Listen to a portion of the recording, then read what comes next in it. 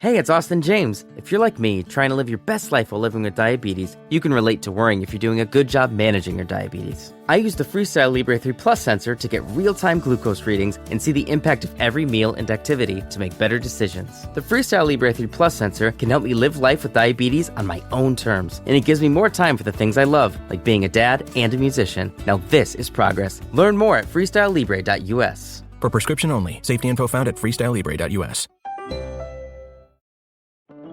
This episode is brought to you by Amazon Prime. There's nothing sweeter than baking cookies during the holidays. With Prime, I get all my ingredients delivered right to my door, fast and free, no last-minute store trips needed. And of course, I blast my favorite holiday playlist on Amazon Music. It's the ultimate soundtrack for creating unforgettable memories. From streaming to shopping, it's on Prime. Visit Amazon.com/Prime to get more out of whatever you're into.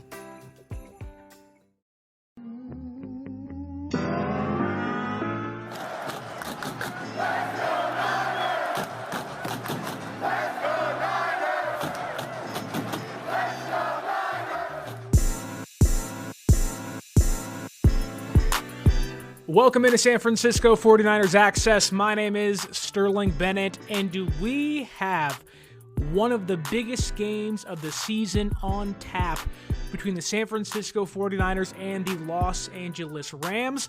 Playoff hopes are on the line for both of these teams. Both these teams a must-win game. They have to win. They're talking desperation. The Los Angeles Rams are riding rather high currently. They are 7-6 this year, which it feels like a miracle from where they were to begin the season, 1-3.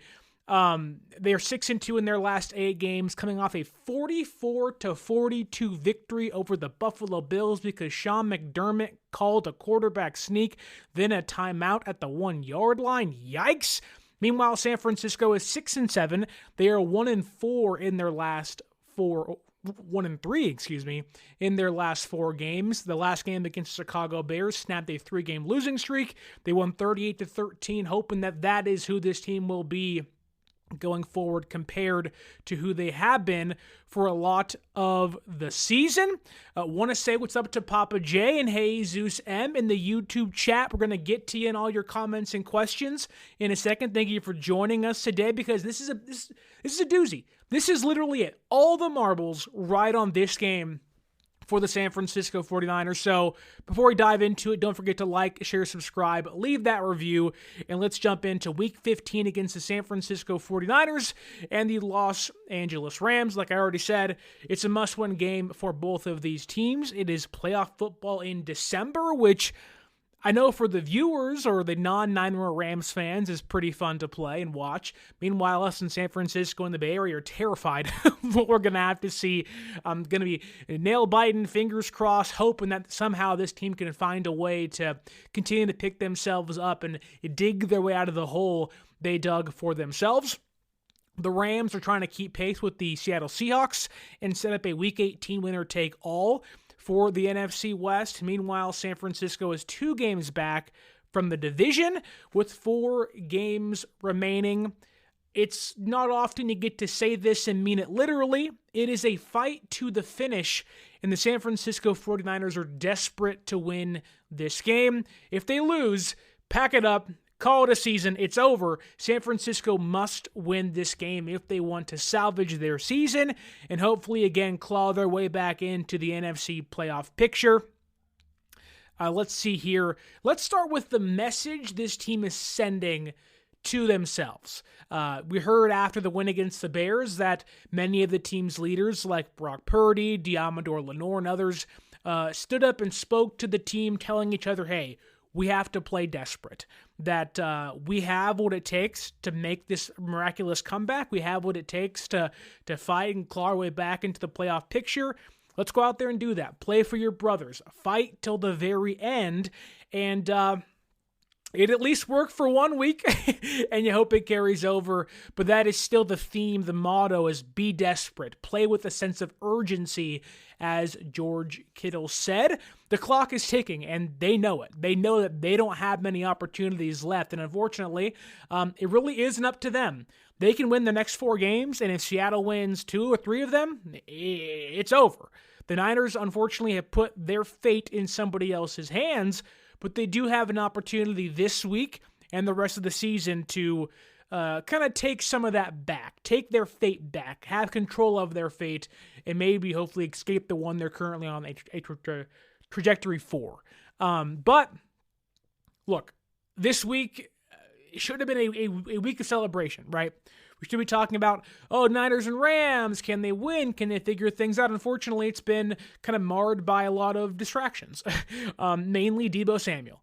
And I get it if I'm Deebo Samuel, to vent your frustrations, to voice to voice your displeasure with how your season is going. I get it. But to go on social media after the biggest win of the year for the team, a literal season-saving win for the team, and make it about yourself is really kind of befuddling for a team captain, right?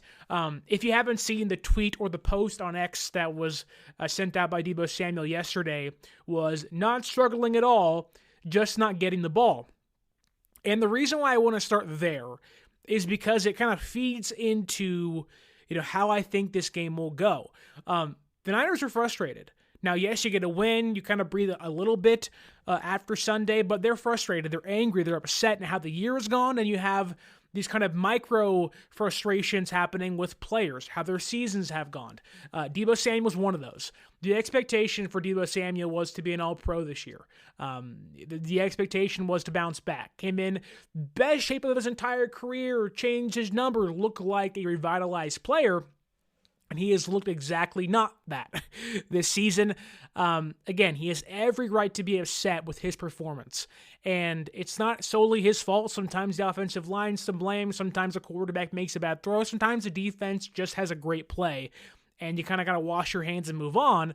But I think that it is annoying that you hear people like Richard Sherman, and all due respect to him, kind of giving Deebo some slack. Even the team itself, being Kyle Shanahan and Brock Purdy, really didn't address or push back on Deebo's comments. Now, maybe they'll do so internally, but both of them talked today, and Purdy agreed with Deebo, saying, I want to give him the football. He's right. And it's like, well, I mean, actually, I know you got to have your guys back, and I'm sure you're kind of having some coach speak here, but in reality, Deebo Samuel's touched the ball 72 times this year. That is the second most of any Niner player, behind Jordan Mason, who's on injured reserve. So it's like the opportunity isn't the problem. It's the efficiency and the effectiveness in which you've had during the opportunities given to you that really hasn't been great if you are Deebo Samuel. So it's really confusing. I don't really get it. He has a career low in yak this season, a career low in yards per route, and he's on pace for his lowest yards per carry this year. It's not the opportunity, but the reason why I bring all that up is because George Kittle, who I get is one of the most optimistic players in the entire league, he's never one to give up on a team or a year or a player. He spoke after or before practice today, and he said that, I love it. I love the fact that Deebo Samuel is frustrated and angry. And initially, I was like, how can you be happy with that? But trying to twist it into a positive direction, Kittle said, good. That means he's going to be playing angry, playing ready for a breakout. I'm expecting a breakout this year or this game by Deebo Samuel. And they need it desperately. This team, you look at San Francisco, the way they've played, they've had some great games against the Bears, and, they've had some good, Jawan Jennings against the Rams earlier this year was crazy with 3 touchdowns. It was like, holy hell. And they lost that game still. So they've had some, historical performances, but they really need to have someone be able to carry them. And you can point to Kittle and you can point to Jawan, but they really need to have Deebo Samuel be Deebo Samuel on Thursday Night Football. On Thursday Night Football, he has 3 career 100-plus yard games. He also has 3 touchdowns. This is a player that can take over a game if he can find a way to be himself once again. Now, will that happen? I have no idea, but I will say this. If you're a betting man, it's really, really foolish to bet against an angry Deebo Samuel. When Deebo's motivated, when he's angry, when he's frustrated, usually not a player you want to be defending or getting in front of. I am fully expecting, again, maybe I'm being overly optimistic, I totally get that, but I am fully expecting a massive game from Deebo Samuel. It's prime time, at home, season on the line. Monday Night Football against the Jets, Deebo scored a touchdown. Against the Seahawks, Thursday Night Football, prime time, got to win that game. What does Deebo do? Scores a touchdown. I am at least expecting one Deebo Samuel touchdown this game. And I think it has to happen. Eventually, the bow has to break. Either you just suck and you aren't a good player anymore, or you pick yourself up by the bootstraps and find a way to figure things out. I'm choosing the latter for Deebo Samuel, and I think it's going to happen. And Papa J agrees with Kittle, saying Deebo's going to have a strong game against the Rams this week. And yeah, I mean, I think that's kind of where I'm at with Deebo Samuel. I don't like his comments. I disagree with his comments. I think they're foolish. It's a bad look for a team leader. But ultimately, if you're going to be pissed off at anybody, go get pissed off against the Rams and go pissed off against them. You want to be angry and frustrated and vent your frustrations? Do it against the Rams on Thursday night and say, hey, give me the ball more. We'll go out there and show me you deserve the ball more. Right? You're already getting the ball at a high rate. Go out there and prove to the team, Kyle Shanahan and me and you and the media, that you deserve to be given the ball the most each time, each game. I want to see that from Deebo Samuel. I'm hoping, fingers crossed, a motivated Deebo Samuel is what we see this Thursday. Papa J asks here, is Isaac Guerendo good to go on Thursday? We did get a small update from Matt Barrows of The Athletic tonight. The San Francisco 49ers didn't do a full practice, had a walkthrough this evening at Levi Stadium. And Isaac Guerendo was seen not wearing a boot and not with a noticeable limp. So I'm not sure if he'll play or not, but it's certainly a good sign for the availability of Guerendo not having a limp or a boot. So you never know, but that brings us to talking about San Francisco's offense. And I think that, they had the amazing game against the Bears. They dominated them, scored 38 points, were 5 of 6 in the red zone. It was an easy day for the Niners for the most part against Chicago's defense. I know there's been some mixed reactions to how good Chicago's defense actually is. I get it. New defensive coordinator calling plays. How good was it? They were certainly confused on stuff, but I think San Francisco had to go out and do a job anyways. So you can knock them for sure, but I'll give them credit for going out there and putting up almost 40 points against the NFL defense. Doesn't happen often.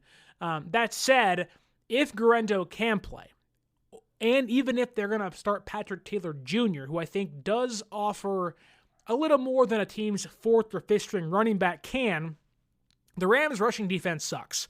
And I think that when you talk about the Niners offense, whether it's running play action or just running the football in general, everything they want to do offensively it stems from running the football. Outside zone, the inside zone, everything they want to do is let's run the ball first, establish the run and the rock, and we'll take everything else and make everything else kind of built off of that. And the San Francisco 49ers really should be able to establish the run this Thursday against the Rams. Looking at the stats for the Rams this year, the Rams in the last 3 weeks have given up an average, not total, an average of 186 rushing yards per game. Almost 200 rushing yards per game. When I say they suck, I mean they have been terrible in the last month or so in regards to stopping the run. Now, okay, let's zoom out somewhat and look at the entire season. The Rams are allowing 146 rushing yards per season. Almost 150 rushing yards per game during the whole season. That is terrible. Terrible. The Niners should be able to establish the run and continue to run the football for the 4 quarters they play against the Rams. And I know a lot is made of that game early on in the year, week 3, in regards to, how San Francisco played. And they didn't have Deebo Samuel, I think. You had Ronnie Bell out there. Ayuk was a shell of himself. You really didn't have the pieces you needed. There's no George Kittle. It was just Jawan Jennings, and that was it. Well, you have George Kittle back, who's a massive factor, who's always played great against the Rams. Deebo Samuel's fully healthy, Like, this is, by all intents and purposes, a different Niners team, literally, right? Different running back, different receiver, different tight ends, like an entirely different team on the field. So I'm hoping that matters for San Francisco on Sunday. I do think that for Brock Purdy, it is going to be another strong day out there at Levi Stadium. The Rams defense really doesn't offer much resistance to opposing offenses. We already talked about running the football and how that will help establish the play action and then the play fakes and the screen passes.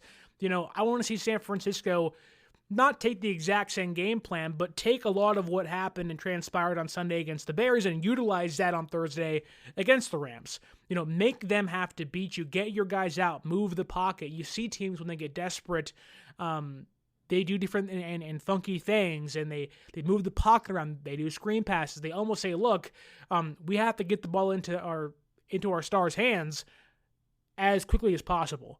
And San Francisco did that on Sunday against the Bears, and I'm hoping that translates over to this game against the Rams, because looking at Brock Purdy, he loves throwing to two guys specifically. One of those being Juwan Jennings, who continues to be this team's wide receiver number 1 this year. Already had a crazy game against the Rams this season with 3 touchdowns in week 3. But George Kittle has been just the epitome of an all-pro. He has diced up almost every single defense he's played against. He had a short kind of spell against the Packers and the Bills where there really wasn't much happening. But ultimately, George Kittle against the Bears and against the Buccaneers and others, it's just like, wow, that is the greatest tight end in franchise history. And teams have had a hard time stopping him. He looks like he's not slowing down at times this year. It's felt like he's been the best he's ever looked.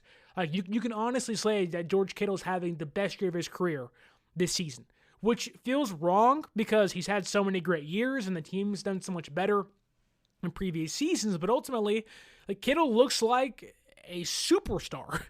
And when you look at what the Rams have done this year and their linebackers, okay, you're gonna run the football, check. You want to target the middle of the field and exploit the Rams' worst kind of group of players. You want to target those linebackers. You want to get them open in space. You want to find those soft bubbles. You want to target them at will over the middle of the field using George Kittle. You look at what the Rams linebackers have done this year in regards to passer rating allowed in 2024 this season. Their 4 linebackers are terrible. Christian Roseboom, 117.2 passer rating allowed. Troy Reeder, a 96.2 passer rating allowed. Omar Spates, a 97.7 passer rating allowed. And Jake Hummel, a 118.8 passer rating allowed. When I tell you that's really bad, that is really, really bad, and something San Francisco should be circling, saying we want to target those guys. Now, you look at what the yak. San Francisco has lacked yak all year long. It ain't been Debo. It's not been Pearsall. It really hasn't been Juwan Jennings. It's somewhat George Kittle, but this is a game where San Francisco should be able to kind of get back in the yak department. It's not going to have to be, or shouldn't have to be, Brock Purdy, 7-step drops, nobody's open, they're getting locked down. This is a game where San Francisco can get the ball to their stars, force the Rams linebackers to cover or tackle. It's just not going to happen. The Niners should have success throughout the entirety of the day, or for the most part of the day, because Christian Roseboom has allowed nearly 400 yards of yak this season, while Troy Reeder, the opposite starter, 124 yards of yak allowed this year. Again, combined, over 500 yards of yak allowed between their 2 starting linebackers. I get it. Tommy says here in the YouTube chat, the Rams don't value linebacker play. It's true, they don't. Okay, if they don't value it, exploit it. That's how you find a way to continue your season and keep your season alive. And Christian Roseboom has also given up 3 touchdowns this season as a coverage player for the Rams at linebacker. You can isolate this Rams linebacking core and just go at them all day. They're not going to stop you. They're not going to tackle you. They're terrible in coverage. They are going to give you what you want all day long. And if I'm San Francisco, if I'm Brock Purdy, if I'm George Kittle, I'm like, hey, feed me. If you're a WWE fan, you don't like Ryback, but his old saying was feed me more.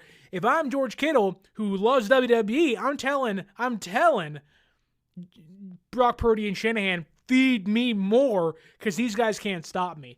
Like, George Kittle's already unstoppable, and you're getting him against a terrible defense that can't really stop anybody over the middle of the football field, to have terrible linebackers and coverage. You talk about one player to point to and say they're going to have a great game. To me, it's George Kittle. Obviously, Jawan Jennings is there. It's hard to really say anything bad about Jawan. Like, yeah, he ain't the fastest guy, but he always has a knack of finding the football. It always finds him, and he always finds the ball. Whether it's a high pass, a low pass, a pass that's tipped, Jawan finds a way to bring it in, and he mossed that Rams defense all day long. I mean, man. Like, really, really should be a nightmare for the Rams on Sunday. I know Dawson Knox didn't play well. He only had 5 yards. You watch that game. This year, Santa's bringing the power of Energizer into his workshop. Whoa, the Energizer Bunny's got so much power. Wait, he's powered up all the toys. I think that means we're done for the year. I love this bunny. He's the hardest working helper the North Pole has ever seen. And he wants all your gifts to have the power of the #1 longest lasting AA battery. So this holiday season, stock up on Santa's and the elves' favorite battery, Energizer Ultimate Lithium. The Bills really didn't even need a tight end. And Dawson Knox is also hurt. So I wouldn't really look too much into that. And let's also be clear, the level of play from Dawson Knox to George Kittle is a wide margin. So I get it, sure, but ultimately the Niners, and whether it is Jawan or Kittle or even Deebo Samuel, I think the offense is not going to have a problem. The offense is going to be able to score points at will. At least they should be able to. When you look at what the Rams do defensively, they can't stop the run. They don't stop the pass. Like, they really just don't do much well defensively outside of their defensive line, which Tommy Huxley says here. Their defensive line is pretty good, though. Our offensive line needs to play. Tommy also says that he wants to knock the Rams on their ass, and he also wants an ass beating. I'm not sure it'll be that. I'm expecting kind of a guns a-blazing, not 44-42 game, but I'm expecting like 33-30, 27-30. Like, I'm expecting numbers combined in the 50s. So I wouldn't look too much into that. But yeah, that said, like you said, Tommy, the Rams' defensive line has been excellent this year. Their pass rush is top 10 in football, led by Jared Verse, who has just been, blown everybody out of the water for Defensive Player of the Year. He has been incredible. A lot of talk was had of they have to replace Aaron Donald, and they have to find the next guy on the interior. And Jared Verse said, "Look, put this defense on my back, and I will carry you as a rookie to 7 wins thus far." And obviously, the defense hasn't played well, and the offense has picked up a lot of the slack. But Jared Verse has been tremendous. As much as I hate the Rams, you got to give it up to him. He's been awesome. 59 pressures so far, 6 sacks according to Pro Football Focus. And the thing is, like, in recent weeks, while Verse is more prone to win with power, to knock guys on their back, like, in my mind, I am terrified for Colton McKivitz.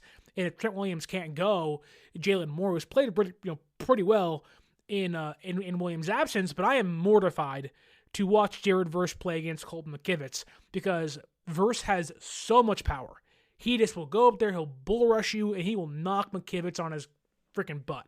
And it's like, oh, how did that play get blown up? Oh, there's Jared Verse. He just is a gameplay wrecker for the Rams in year 1 of his career. A great draft pick. He's awesome.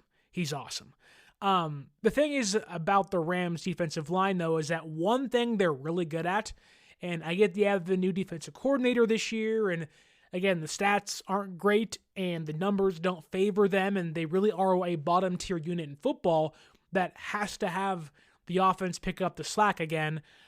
They are great at manufacturing pressure.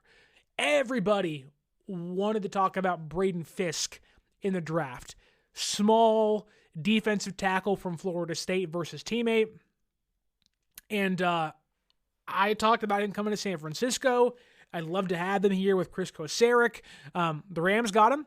But they're an aggressive bunch that will do stunts, and they will find a way to get their guys free releases, and they'll do delayed blitz. Like, they will find a way. They do so much motion and movement, which has really given San Francisco some trouble this year. So if you talk about like my one concern for San Francisco, it is up front. And when you have Jake Brendel and you have Colt McKivitz and maybe Jalen Moore again, and left guard might be Aaron Banks, who cleared concussion protocol. Maybe it's Spencer Burford. Like, you don't really know what that unit's going to look like, and that's really concerning for this team in a must-win game on Thursday against the Rams. But, my biggest concern is, can this offensive line continue what they did against the Bears on Sunday and actually, dominate a game? Finally, get involved like on Sunday against the Bears, and get involved, be aggressive, move dudes around. The offensive line for the first time against the Bears didn't feel like a problem. All year it was the offensive line's bad, Jake Brendel's terrible, Colt McKivitz stinks. The offensive line against the Bears, which was a pretty good defense, they were blitzing, they were doing crazy stuff. They looked invisible, and in a good way. San Francisco's offensive line wasn't a topic. In fact, it was thumbs up, did a great job on screen passes and runs. You opened up lanes for your guys. That needs to continue against the Rams on Sunday. On the inverse, you go to the Niners defense, right? Well, I think San Francisco shouldn't have much of a problem scoring points in this game. San Francisco's defense, oddly enough, you look at the yards they've allowed, you look at their first quarter stats, their second quarter stats, they are really solid in those first two quarters for the most part. And they've allowed the third least total yards in football this year. Overall, the stats really don't tell you a whole story and just the basic stuff. But you talk about third downs, you talk about fourth quarter scoring and second half scoring and red zone defense. It's holy crap. These guys are terrible. And against the Bears, who have a pretty bad defense, or offense, excuse me. I expected that game to be really slow for the Bears offense. We had 7 sacks, sure. A lot of that is the Bears offensive line's not good. A lot of it was covered sacks, like Tommy says here in the YouTube chat. The Niners secondary is what won them that game on defense. Yetur Gross-Matos, 3 sacks. Great. Thumbs up. Cool. Leonard Floyd, a couple sacks. Malik Collins, a couple sacks. Great. Awesome. That said, you watch all those sacks, most of those sacks are because that secondary's locking dudes down and no one's getting open, which is great. Keenan Allen's a great receiver. DJ Moore is great. Roma Dunze is pretty good in his first year. That is a credit to San Francisco's defense in the back end, and less credit to what they do up front with the edge rushers they have. I'm hoping that the Niners will get Nick Bosa back this week, albeit it doesn't seem like that's going to be the case, which sucks. We'll get updates tomorrow for sure. And that's the thing is this Rams offense is a top 5 offense in football. This is going to be a game where you're on the edge of your seat, every play, every snap, every first through fourth down. You're can this Niners defense get off the field? This Rams offense is incredible. They when they get rolling, I don't know if there's a defense that can stop them. You can't blitz them. They'll do screen passes. Stafford is one of a kind in football. It is Mahomes and probably Josh Allen and Lamar Jackson. But in regards to simple arm talent, Matthew Stafford, despite his age, is still up there as one of the best in football. He's so smart. He can make any pass in the book with any arm angle. He is incredible with what he can do. He operates the offense to near perfection at times, and usually most of the offense's deficiencies aren't his fault. Sometimes they get pass happy, and that can lead to some quick 3-and-outs. But when you look at what Stafford's done, like, they can, like, any given Sunday, they'll put up 35 against you, 44 against you, and you're like, that makes sense. Like, when they have Cooper Kupp and Puka Nacua and Demarcus Robinson and Kyron Williams out there that are just cooking dudes left and right. Like, when they get hot, when they get that, NBA jam, like, fire on them, and you're like, well, we can't stop them. Like, they're going to score here. They're going to get open. For San Francisco, it's really about limiting the Rams' rhythm. Go back to that game early in the season. The Niners defense did a great job of limiting the Rams' rhythm. It really wasn't until they got hot in that second half, which the offense didn't really get hot. A lot of it was San Francisco with penalties and special teams disasters, which, by the way, can we talk about for 1 second here? Jake Moody not trying anything different, just simply shanked 2 kickoffs last week. Like, what? Like, sometimes I have to ask myself, like, does he actually know, like, what his job is? Yeah, there's field goals involved, but it's like, just boot that sucker out of the end zone, man. Like, how do you shank 2 kickoffs? Just boot that sucker. Like, anyways, moving on. Back to the Rams offense. I'm hoping that you can get back Nick Bosa and maybe, fingers crossed, the return of Dre Greenlaw this Thursday, excuse me. I'm not exactly sure how much he'll play. My assumption is he'll be on a very, very, very low snap count. Maybe only playing on like first or second downs. We shall see. Michael says here, rain in the forecast for, I'm sure you mean Thursday against the Rams, Michael. Didn't know that. That doesn't kind of spell well for a passing offense, but it also doesn't make me too happy in regards to getting Dre Greenlaw back off the Achilles injury. You don't want him slipping around out there. So maybe he doesn't play if that's the case, or maybe he plays less if that's the case. But I think now is a great time. Like, you talk about urgency and desperation. You are getting maybe Nick Bosa back, fingers crossed.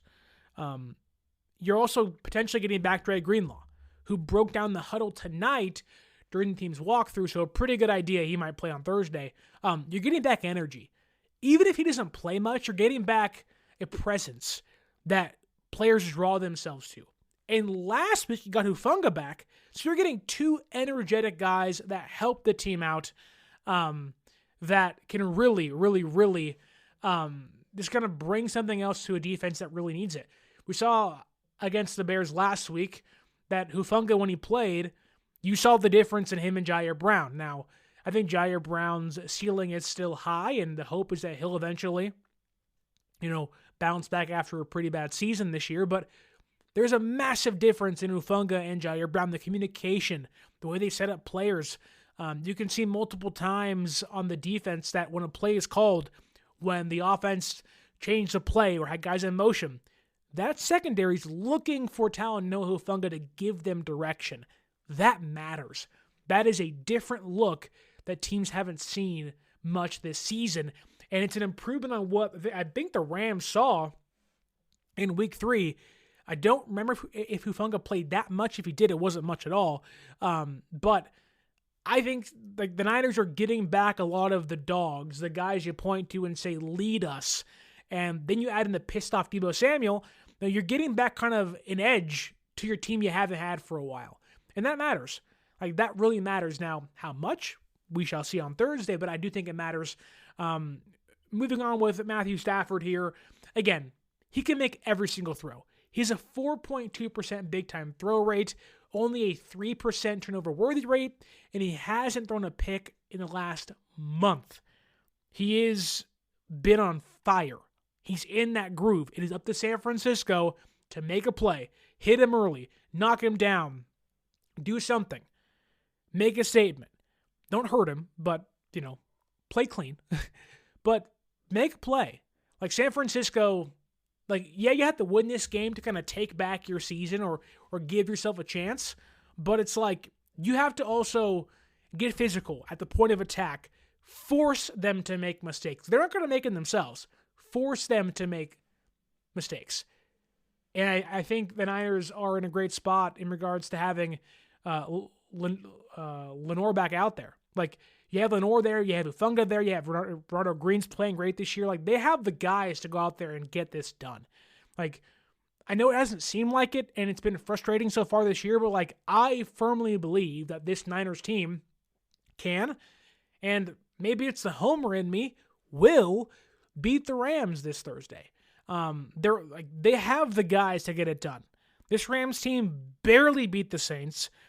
They scored 44 points against the Bills, but their defense gave up 42 points.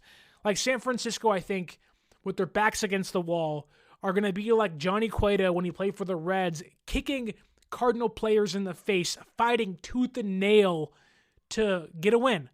I don't think this team is in the business of giving up. Maybe getting let down for sure, but I just have to believe in a core that has done this 2 other times. Now, maybe it means they don't go to the playoffs, whatever. But at least this Thursday, I do believe they can find a way to win this game. The Rams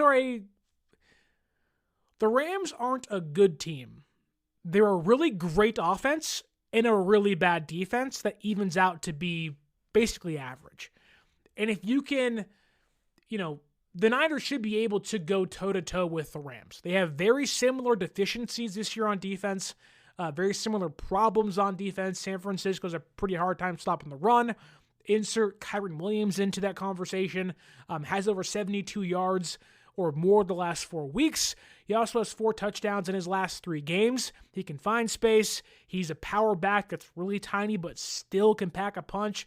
Like, this is a really tough game. I think it'll be offensive driven. This game really may come down to which team either scores last or which defense can actually make a stop when it matters most.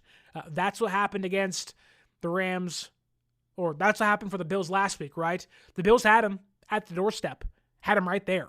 And the Rams defense made one play, and it changed the entire potential trajectory of that game, right? So it really may come down to who can make a play. And I do think one sneaky angle to this, and I know in recent weeks Fred Warner hasn't played too well, or maybe it's a Dre Greenlaw play that you're like, they're back. Kyren Williams has fumbled 5 times this year. When you talk about getting a turnover, making a big play, I'm looking for a peanut punch on Kyren Williams in this game. I'm looking for one of these team stars, Lenore, Fred, Ufunga with that big club on his wrist, like, make a play. I think there's an opportunity here, and I'm going to call it, that the Niners are going to force a Kyren Williams fumble this Thursday. I think that may be the biggest game-changing play for the San Francisco 49ers to hopefully spark their team and kind of push them to maybe finding a way to inch their way back into the NFC West playoff picture. Nikita asks here, is Isaac playing Thursday or is he out? I don't know, but I will say this, that Isaac Guerrero was seen at walkthroughs tonight without a boot on and without a noticeable limp. So a good sign, not a confirmed play, but a really good sign for Guerrero's availability on Thursday, Nikita, and I really hope he plays. Like, I am begging for that foot sprain to be okay. I hope he does. I'm wishing he does, because what he brings is something different than Jordan Mason. It's, what he brings is, the speed he has just changes the way. Like, you talk about, attacking linebackers. You get Isaac Guerrero the football with that 4.3 speed. He will make them linebackers look really slow. And, he's young, he's fresh. But I think that, while he's not the best receiver, although a great catch against the Bears last week, he's just got something more. There's juice in them legs that the Rams haven't really played against recently outside of Josh Allen.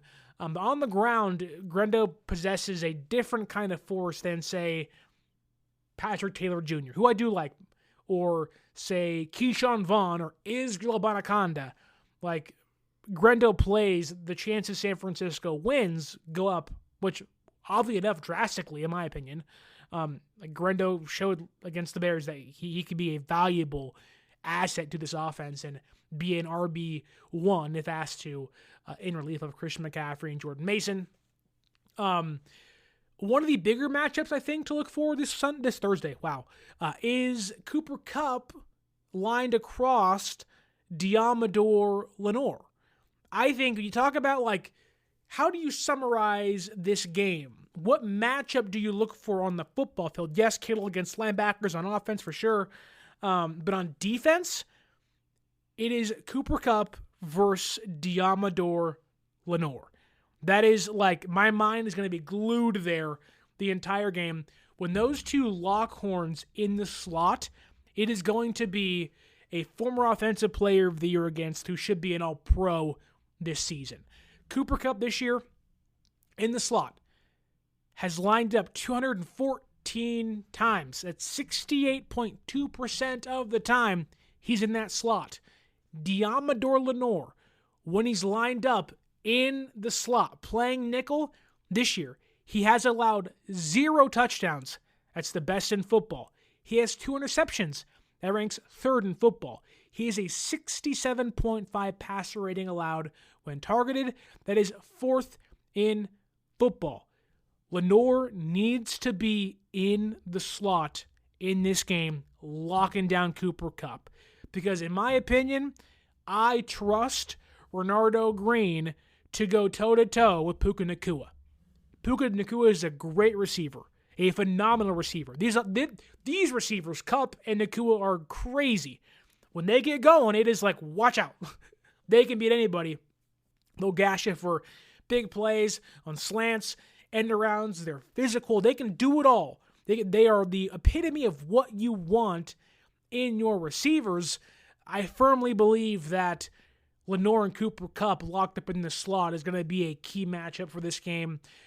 This episode is brought to you by AWS. Amazon Q Business is the new generative AI assistant from AWS. Many tasks can make business slow, like wading through mud. Help! Luckily, there's a faster, easier, less messy choice. Amazon Q can securely understand your business data to help you streamline tasks, like summarizing quarterly results or doing complex analyses in no time.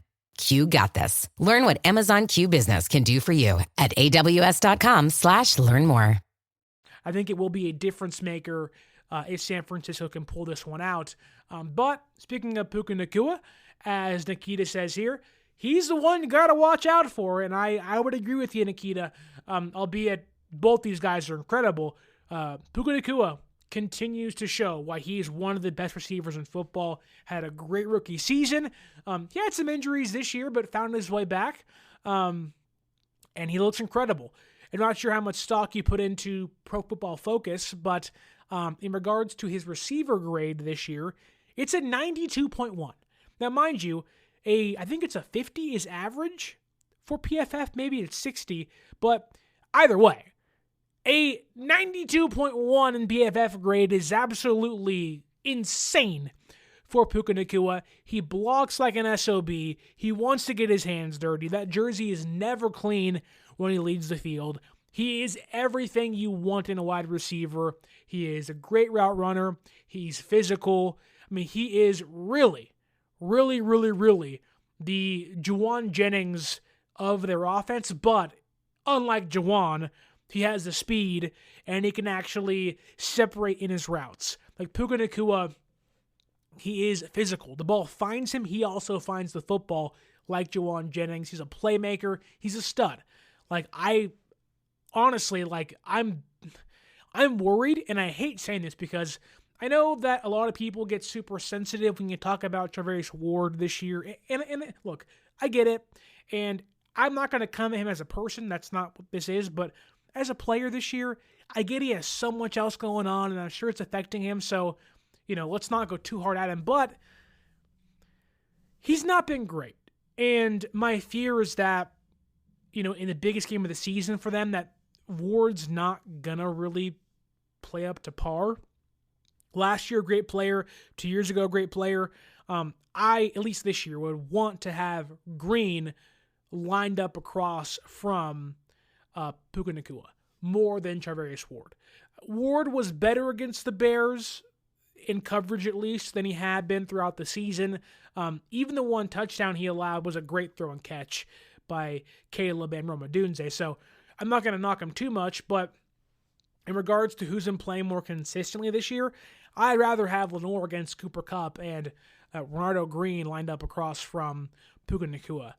I'm not saying shadow those guys. I'm just saying that's who I'd want to have lined up across from them the majority of the football game. Nikita says here that my sleeper also says to watch out for Tutu Atwell. Tutu was great against the Niners early this year. I don't know if he'll play much or how much he'll play. He's kind of their receiver number 4 behind Demarcus Robinson. My worry is not Tutu Atwell whatsoever. My concern is, how do you stop Nacua and Cooper Kupp and Kyron Williams with Matthew Stafford playing quarterback? But even then, Demarcus Robinson leads this team in touchdowns with 7 this year through the air. I don't know what San Francisco's plan is, but you have Mustafa back there. You have Talanoa Hufanga. I don't really want to see too much of Jair Brown in this one. I want to have my best 11 players on the field. That's not Jair Brown. You can argue at times it really isn't Charvarius Ward. Do we see a rotation of Yadam and Ward in this game? You never know. This is a massive game for Nick Sorensen. Nick Sorensen's got a lot of flack this year, and a lot of it valid, but, you had to learn on the fly. You were given the job by default. You were not supposed to be the guy. In a game like this, go out there and prove why you should be the guy. Make the right plays. Do the right calls. Against the Bears, pretty great game. There were some personnel problems, and, Sorensen has not been great in regards to matching up correctly with the opposing offense. That Bills game and that Packers game was pretty bad. But you get back home, you're in your own bed, you got to win against the Bears, you're feeling yourself somewhat, okay, make the right plays. If they have 6 offensive linemen in, don't play nickel, please. So I'm hoping that that's the case for Nick Sorensen. He can come out there and just be calm, but be prepared. This is a Rams team. This team has played over and over and over again. I think in the 16 games they've played since 2017, they're 10-6 against this team. They have lost 2 in a row against them, though, albeit last year's loss was a missed Jake Moody field goal and a backup game. So I don't know how much stock you put into it. And even this year against the Rams early in the season, it took literally Murphy's Law, everything to go wrong for the Rams to come back and win that one, which, unfortunately for San Francisco, although special teams has been better,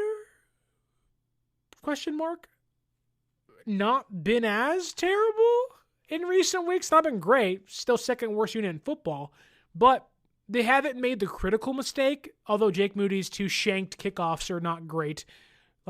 My fear is that, the Niners are winning 24-20. There's a minute and a half left, and Jake Moody shanks a kickoff, and you're like, wow, great, Rams ball, 40-yard line. Really, Jake? Really? Which, funny enough, I'm pretty sure Matthew Wright made the game-winning field goal for the Chiefs against the Chargers last week. Yikes. Anyways, the Niners really, this game's going to come down to, 1 or 2 plays. And that's what makes sense to me. Both these teams have to win. Both these teams are, backs against the wall. They got to figure things out. They have to win out or almost win out. If you're the Rams, they have to almost play flawlessly to make the playoffs. I think that the Niners, their special teams unit just doesn't have to kill them. If they make one bad play and give up one relatively not great return, fine. But don't give up the killer. Don't give up the blocked field goal, the missed field goal, the missed PAT, the kick return for a touchdown. Excuse me. I'm still sick. Been 2 weeks now. My goodness. Don't give up the killer, the killing play, the killing blow. San Francisco has grown to do that too much this year. And I hope it's not the case this Thursday, because like San Francisco, I think will win this football game. And Michael asked here in the YouTube chat, if we win this game on Thursday, who would be the player that wins it for us? I've already kind of said George Kittle and Jalmar Lenoir are the two kind of matchups, the players I like in this one. But also, like, I really have a hard time not wanting to believe in Deebo Samuel. If you're going to, bitch and moan and complain on X and Twitter about, well, I'm not getting the touches. Okay, fine. Here's 10. What do you got? So I think San Francisco, like, who will be the player that wins it for us? My emotions say Deebo Samuel, but reality and how this year has gone says George Kittle on offense, and then defense, Lenoir. Like, we also have no idea if Grendo's playing or Bosa's playing or Trent Williams is playing, so that can obviously vary. But as of tonight, my money's on George Kittle and Lenoir being the two massive stars for San Francisco. They have the biggest tasks in this game. George Kittle probably going to help playing offensive line somewhat against Jared Verse, chipping on blocks, but also attacking the Rams linebackers and safeties. The Rams secondary is not great. Like, you can beat these guys, and I get the Niners don't have that man coverage beater. Wouldn't it be a heck of a time for Ricky Pearsall to reintroduce himself? He had one catch against the Bears last week. His worst player, his most important play, was a holding call that called back Brock Purdy's scrambling touchdown. Wouldn't it be something for Ricky Pearsall to finally kind of elevate his play to a point of being a viable option in the offense? That would be great. But that takes a lot. Like, you're asking guys to play above their skis, or you're asking guys that are older and banged up to kind of play like they're fully healthy and like they're 24 again. Like Deebo Samuel. So I would say Kittle and Lenoir, but again, man, like, Michael, you talk about the emotions and, like, I'm going to be glued to my seat. I ain't leaving. It's Thursday night. I got to work after the postgame on 95.7 The Game, on the postgame show. It's like, I'm glued to that seat. We're taking notes. We're looking at every single play. We're on PFF. Like, we are doing everything. Like, we are glued, locked in on this game on Thursday. Just overall, the Niners can beat the Rams. The Niners, statistically, maybe outside of the offense, but even the offense this year, their problem ain't moving the football. It's getting in the end zone. I just think eventually something has to give for this Niners team. Now, it's really late into the year. I wish it would have gave earlier. Either put up or shut up. But now's the time. Now's the time. You're banking on your performance against the Bears to be the point where you say, that's the turning point. That's where things change for us. And you have to have it. The Niners want to preach desperation. They want to play desperate and play hungry. Go out there and kick the Rams' ass. Go out there and knock around Matthew Stafford. Be aggressive. Feel confident. And go out there and say, look, we ain't been great this year, but we ain't done just yet. Like, that's what I'm hoping for. The Rams are a great threat to anybody in football. The Rams are a team I think could go, offensively at least, toe-to-toe with the Lions. That's just me. Maybe it's the respect I have for Stafford and Sean McVay. They're a heck of a duo. Obviously won a Super Bowl together in 2021. They deserve their flowers. And I think that this year, they really can, despite how bad their defense has been. Like, they just like San Francisco can pull things up and really figure things out for themselves late in the season. And then they honestly have, they're 6-2 in their last 8 games. They looked like a shell of themselves to begin the year. And if the Rams story's anything to glean from, it's that, hey, it might be late, but it certainly isn't over just yet for San Francisco. Brock Purdy, who hadn't been great for about 3-ish weeks or so after the bye week, looked darn near perfect against the Bears last week. Carry that over. Brock talked about in his, I guess you can say, pregame meeting with the team, in his pregame speech of like, look, I got to rally myself up too. Like, I got to be better. I have to go out there and make the throws. And when you have someone preach something and it not just be the empty words of a leader of like, hey guys, we're going to go out there and get a win, and then that player goes out there and sucks. That's a big reason as to why Deebo Samuel's gotten so much flack for his comments on Twitter. When you go out there and you put hands on Tabor Pepper, then you don't play well, you don't get the support of the fan base much more. Whereas Brock Purdy said, look, back's against the wall, I didn't play well, I got to play better, guys. And when a quarterback goes out there and says, look, I'm going to keep myself accountable, and then he plays a darn near perfect game, 145.4 passer rating, his highest of the year, that matters. That improves, that instills confidence in the rest of the team. They have work to do, for sure. Nikita says here that the NFC West winner would have trouble beating the Lions, Eagles, Vikings if they meet any of them. I would agree. That's true. Yeah, I believe if San Francisco wins the NFC West, they'd probably play Philadelphia. I do think San Francisco in a round 2, and the Rams as well, could beat the Vikings. I don't really believe in Seattle too much. The Vikings have gotten away with too much this year. They're a really good team, don't get me wrong, but the Lions and Eagles is where I'm like, yeah, they're tough. But even then, record-wise, like, who cares? It really is about matchups. Like, yeah, would I put money on San Francisco beating Detroit? We'll find out in 2 weeks' time. Probably not.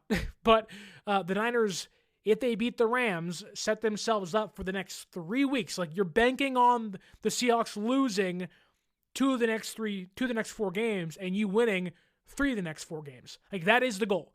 You win 3 of the next 4, they lose 3 of their next 4. Or at least 2 of their next 4.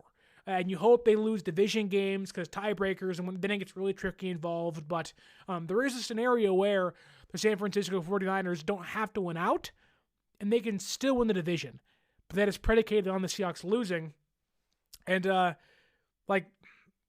if I'm being perfectly honest with you, if you had to pick one team, Rams, Seahawks, and Niners, that could make a run in the postseason, I'd probably say the Rams because of the offense, but ultimately it's like, hey, you get in, you get hot, anything's possible.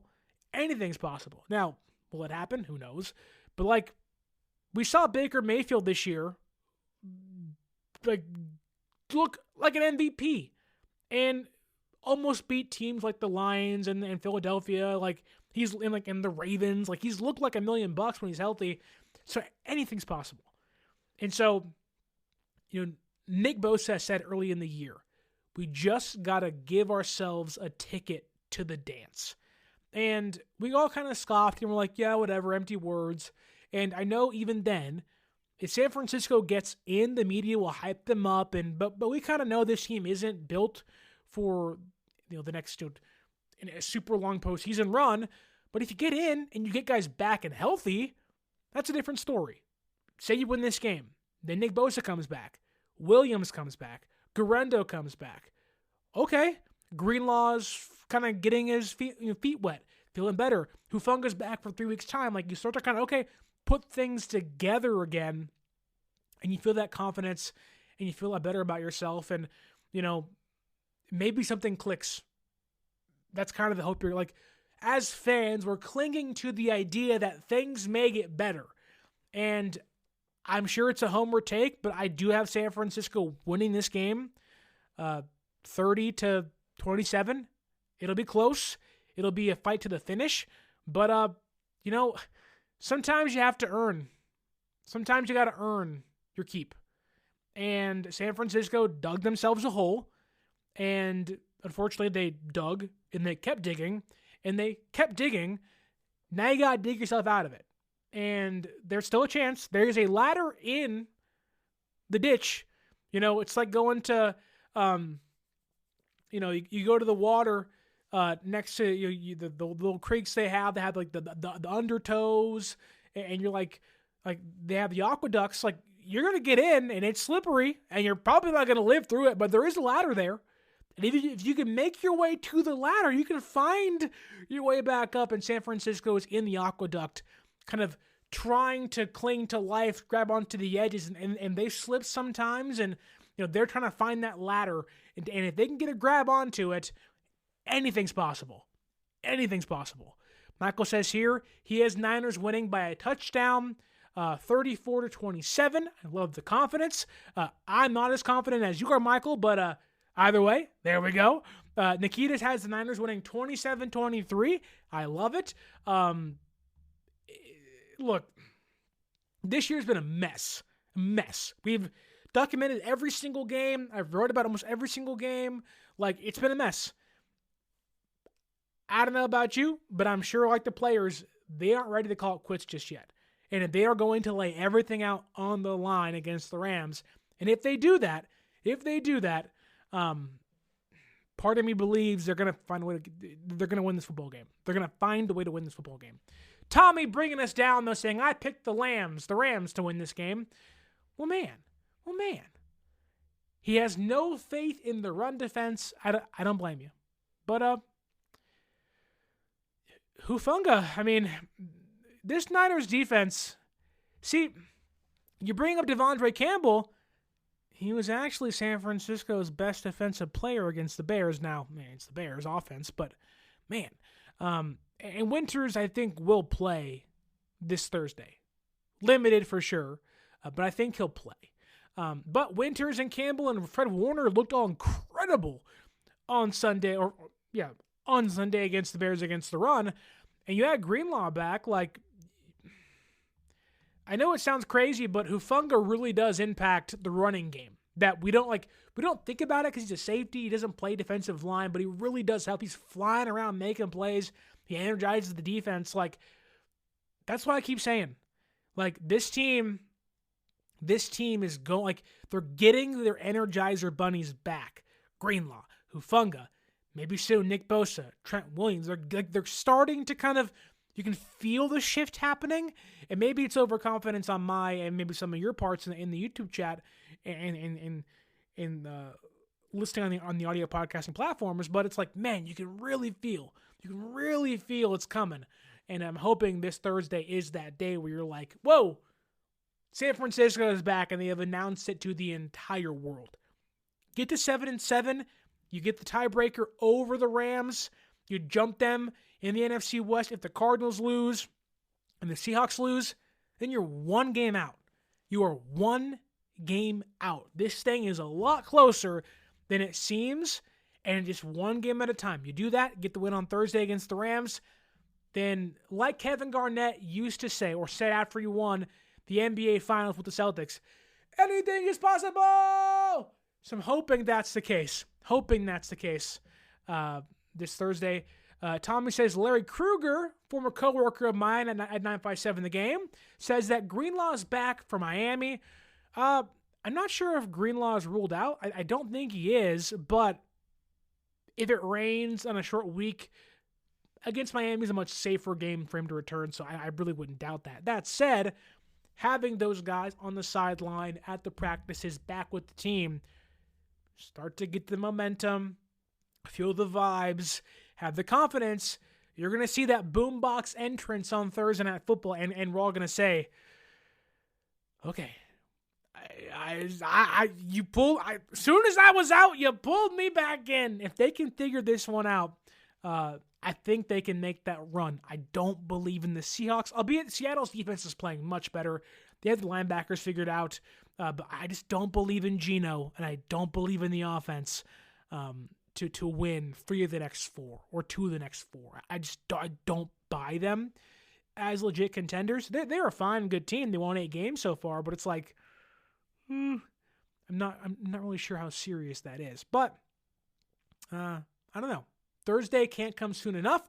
I'm excited. I cannot wait, because either I'm going to sit here and be like, oh man, the season's over, this stinks, or be like, baby, we're back. And I hope it's the latter, and I want to come on here with you guys and scream and yell and be like, that's what you get. That's what you get, Lambs. The Rams are terrible. The same old sorry-ass Rams. It's so sorry. And come here and scream and yell and be like, that's what you get. But you have to win to talk smack. I'm hoping on Thursday night, on Friday, we can talk some smack against the Los Angeles Rams and maybe give Seattle a nudge and say, hey, don't look in that rear view mirror because we're right behind you. We're coming. But that's all I have for you tonight. If you could, follow us on social media at 49ers_access is the X or Twitter. At 49ersaccess is the Instagram. And if you go to SeatGeek.com, you can buy tickets with $20 off using the promo code 49ersaccess, 49 ERSACCESS at SeatGeek.com. Again, save yourself $20 off your first purchase at SeatGeek.com. You want to go to the game on Thursday? You're in the Bay, whether it rains, it pours, it's clear, it's sunny, don't matter. If you want to go see that game, use that promo code and buy your tickets on SeatGeek.com. And if you want to get the latest updates on your favorite teams, if you're a Rams fan, sadly, if you're a Seahawks fan, what are you doing? If you're a Niner fan, well, go to sportsspyder.com. It is your one-stop shop for all of your favorite teams, latest news, podcast, articles, all in the same place. Again, one-stop shop for your favorite teams, latest news, podcast, and articles. And if you haven't yet realized, if you follow us on social media, I am now writing for theheavy.com covering the San Francisco 49ers and the Green Bay Packers. But if you could, go to theheavy.com, check out my work, give me some feedback, give me them clicks, and hopefully enjoy the work I do over at theheavy.com on top of liking, sharing, subscribing here. And if you're on the audio podcasting platforms, Apple, Spotify, or Google, give us that 5-star review and tell us what you think of the show. And if you're on YouTube, tell us how you think this game will end. Who will win, and drop your score prediction down below.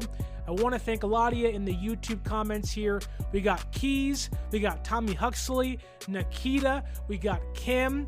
Who else we have? We had Papa J earlier. We have that boy, Sean, Michael Cananzaro, and many, many others. Thank you so much for watching, listening.